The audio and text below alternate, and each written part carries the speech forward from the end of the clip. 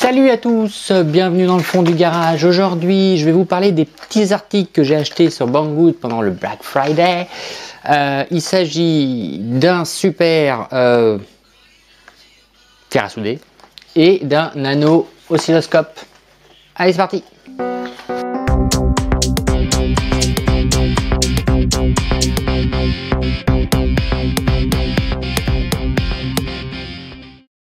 Alors dans cette première partie, parce que je pense quand même on va séparer en deux petites vidéos, la partie du super fer à souder.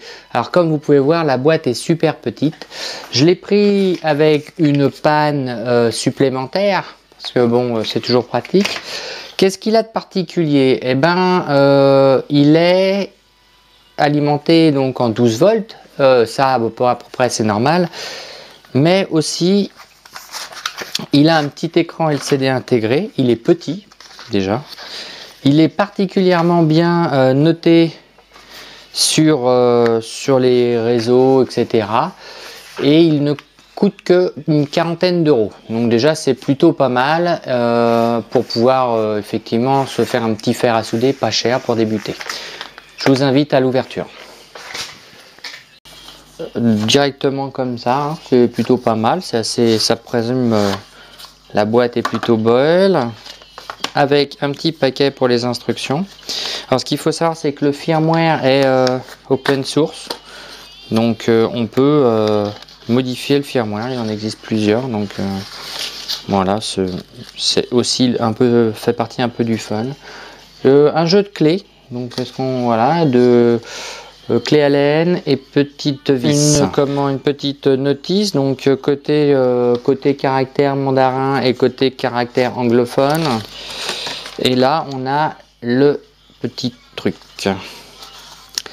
Donc voici en fait le cœur du système.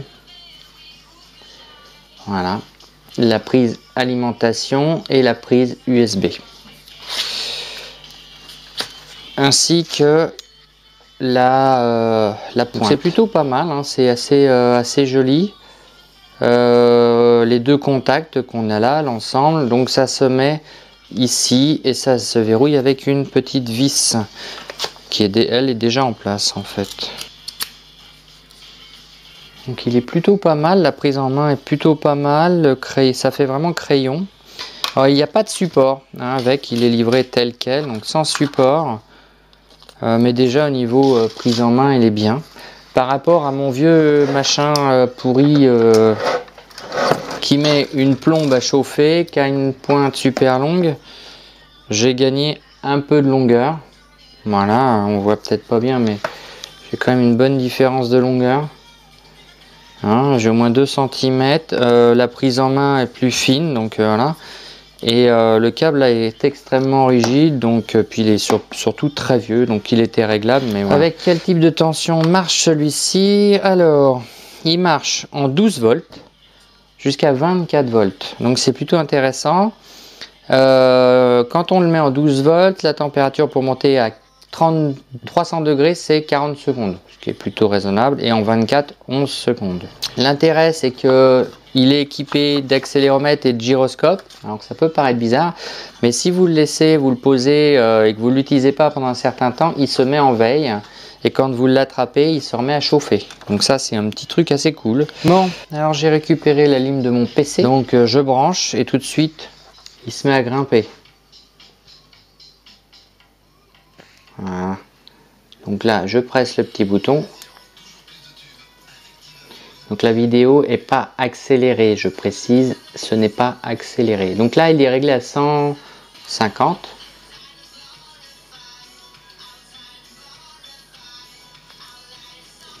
Voilà, 310.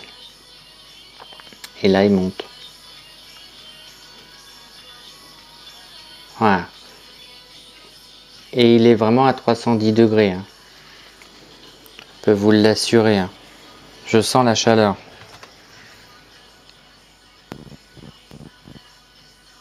Voilà. Donc je vais sûrement en profiter à partir de l'ensemble pour pouvoir me faire une prise qui me permet de brancher et de l'alimenter à partir d'une batterie de genre. Comme ça en mobilité, bah, c'est super pratique. Hein. Voilà, voilà, sur le terrain notamment, on emmène ça. Alors j'ai bien le petit Dremel à gaz que j'aime beaucoup.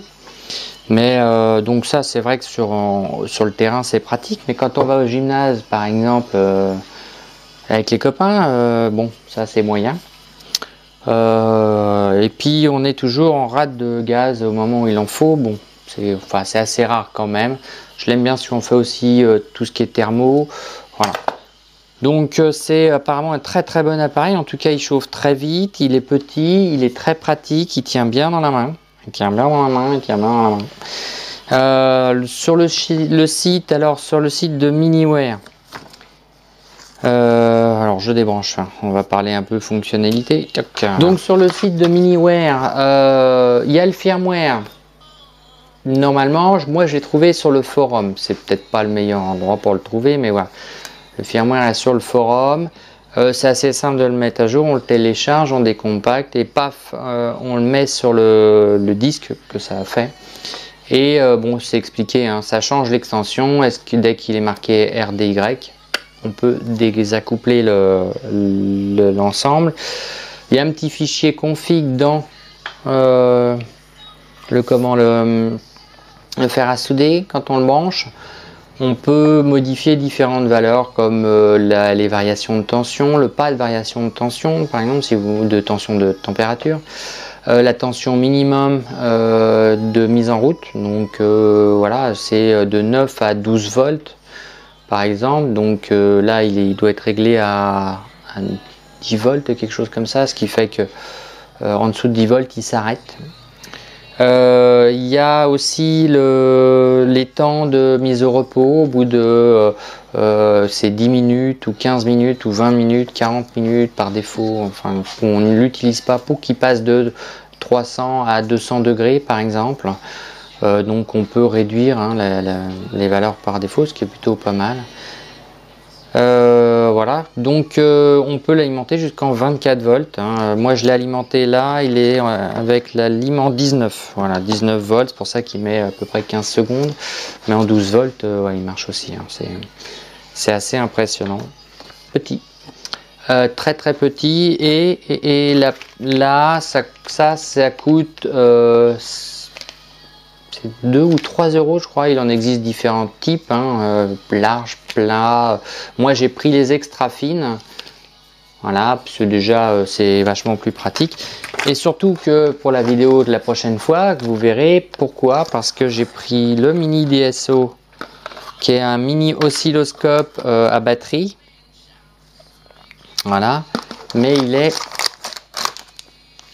en kit à souder. Voilà, donc on en parlera dans la prochaine vidéo.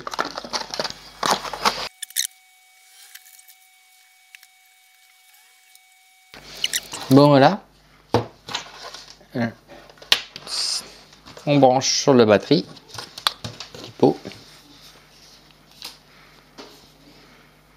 et c'est bon, c'est parti, et ça chauffe. Voilà. Je vous le conseille, pour le prix, je vous le conseille si vous n'avez pas de fer à souder, qui soude vraiment bien, petit, pratique, plutôt qu'une grosse station de soudure, je vous le conseille.